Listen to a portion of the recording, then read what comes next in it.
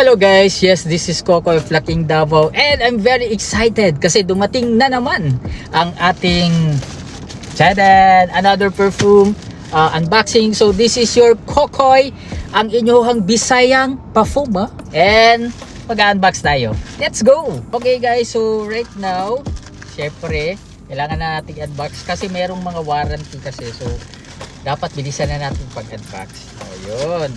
So maganda yung pagkaka Kung gusto nyo malaman kung saan ko to binili, yung mga original talaga ng mga Middle Eastern na mga perfume, pwede kayong mag-comment para ma-message ko sa inyo kung saan ako bumibili. So right now, maganda yung packaging to be fair. Yan. Yan.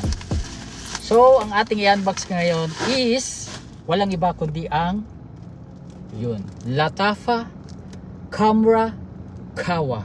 Yun, no? Yan, di ba? And actually maraming mga dito, reviewers sa TikTok na tagang maganda daw yung quality ng perfume na to. Okay naman, naka-sealed naman. Okay yung packaging. Ito yung harap. Wait lang muna. Tagalin lang muna natin yung plastic. Okay. Yun.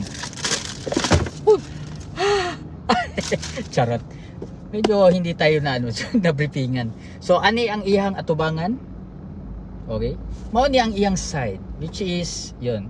Merong parang code dito. And ito naman yung kanyang likod.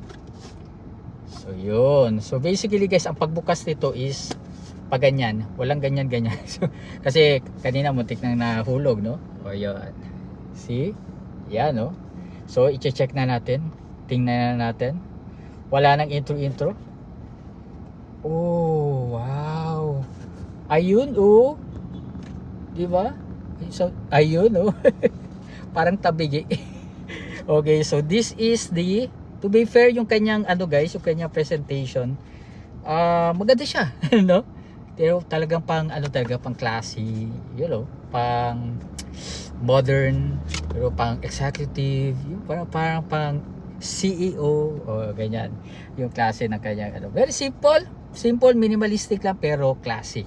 Okay, so syempre lalagay na natin dito yung kanyang perfume muna and papakita lang natin sa inyo yung kanyang, check lang natin yung focus. Ayun, yung kanyang box. So ito yung kanyang box. Yun. Okay, maganda. Okay, so ang kanyang perfume is here. So this is the Lattafa Khamra Kawa. Ay grabe. Kalisod po litokon.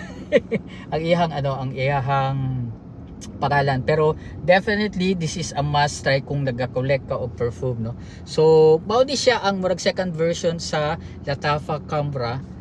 Na ay first bali siya is murag gidungangan siya og coffee. That's why there's kawa, no. I don't know kung tama ako ang pronunciation. Kawa. And i-check na nato yung bottles. Look at this. Ayun. O yun. Sabi yung focus dito. Ayan. Ilagay natin yung focus. Ayan. Okay. To be fair, nice food siya. Very nice. Okay. At least ang yani na size man good. Na ako isa ka butanganan guys na for small sizes usually man ang bottles, di ba? So kung magkasya na Okay, so abrihan na nato and i-try na nato ang iyahang humot kung pasado ba ni sa kuha personally na nose to. So let's go. Op, dapat i-twist siguro. Ayun. So basically guys, pag iana nimo ay okay man po, pero mas mayo i-twist na lang. Okay, so let's proceed sa ato ang first impression. Wala pa. Ikaduha, wala gyapon. Ikatulo. Ay, grabe. Naay coffee jud siya guys, maski sa primero pa lang.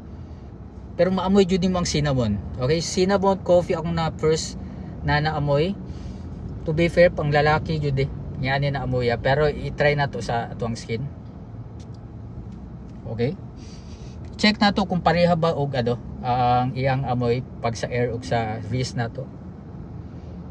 Okay. Pag nasa skin na nato siya guys, mugawas ng iyang spicy. spicy jud siya. Spicy ang iyang humot. Ganahan gay ko. Wow. Very sophisticated ang iyang humot guys ha. Pero i-check na to ang iyang first note niya, which is the top notes, middle notes, and iyang base notes sa isa ka episode. Pero karon murag first impression lang nato. Pero maamoy jud nako is ang iyang spiciness, coffee. Nice jud ang coffee niya.